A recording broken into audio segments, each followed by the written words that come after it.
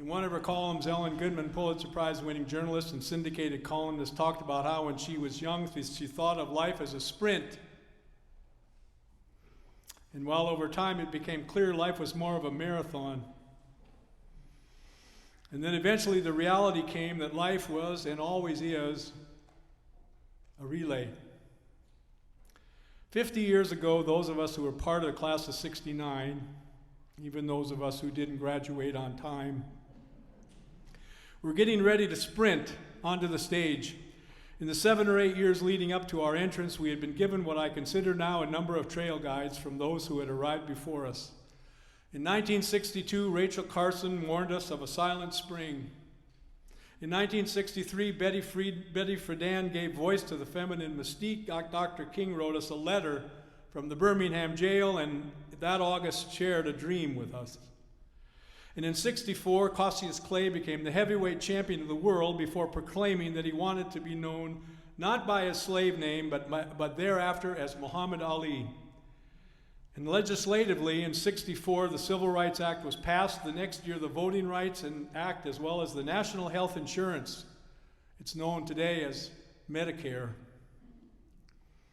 On June 16, 1966, Stokely Carmichael, soon to be known as Kwame Ture, made public the term Black Power. And on these pilgrimages, we stood at the park where he spoke those words, apparently for the first time. The same year, the Black Panther Party was formed. The sight of young black men in berets marching in California's capital of Sacramento was enough to make the governor, somebody named Ronald Reagan, say that no citizen should carry loaded weapons on the street. And in 1968, Martin Luther King and Bobby Kennedy were shot and killed, and we as a nation continued to argue whether guns killed people or people did.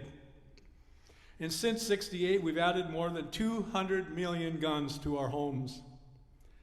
Many of them are weapons of war, and we've also added a few other anniversaries, including a week ago today, the 20th anniversary of Columbine. It's an event that seemed to change everything except the conversation. And in the 2 decades that followed, every student in the U.S. has practiced lockdown drills and lives with the fear that someone in their school might pick up a gun, point it up at them, and pull the trigger. In 1968, Buckminster Fuller gave us some operating instructions. 2 years later, the Boston Women's Health Book Collective published a book on women's health and sexuality, making it possible and easier to talk about it. It was called Our Bodies, Ourselves, and a year later, Ram Dass, the professor previously known as Richard Alpert, implored us to be here now. And in December of 1968, we saw pictures of the first Earthrise, and we saw the world as never before. In less than a year from now, we'll celebrate the 50th year of Earth Day. What have we done? On June 28, 1969, at the Stonewall Inn in the Greenwich Village neighborhood of Manhattan in New York City, what would become the LBGT community found its voice and said loudly and clearly, "Enough is enough. We want and deserve more." In 1972, Title IX became the law of the land, and half the population was told it was finally okay to throw a ball as hard as they wanted, run as fast as they could, train as hard as possible, and compete to win, not simply to make the boys look good. And the world became a more complete place. Thank you, Trish. And in January of the following year, the Supreme Court said that those who chose to terminate a pregnancy do not have to go out of the country or into a back alley to do it. And a year after that, the country decided it was illegal as well as shameful when a president lies, creates lists of enemies, and demonizes the free press. And a year after that, the longest war up to that time in American history was over, and we were inundated with pictures of what might have looked like caravans of people fleeing their country from the rooftop of the American embassy or loaded onto boats. And while some loud, strident voices safely inside the country made sure that they were told they were not welcome.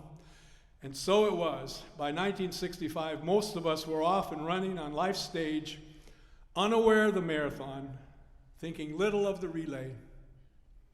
And now, like it or not, we are or should be preparing to pass the baton. I know we've got some good years left, don't get me wrong.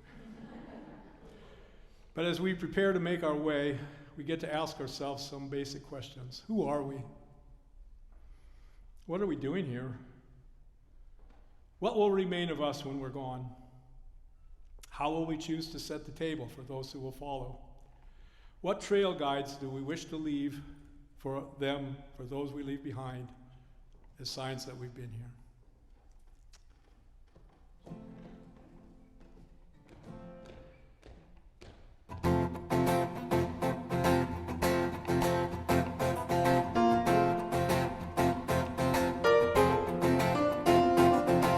I've been asking questions, searching for answers, sealing teeth, looking for reasons for all my life. Stumbling blindly, roads been unwinding, not sure what I'm finding. Looking to your eyes, I see love is the question, love is the answer, love is the reason, and you are the one. Love is the question, love is the answer, love is the reason, and you are the one. You are the one.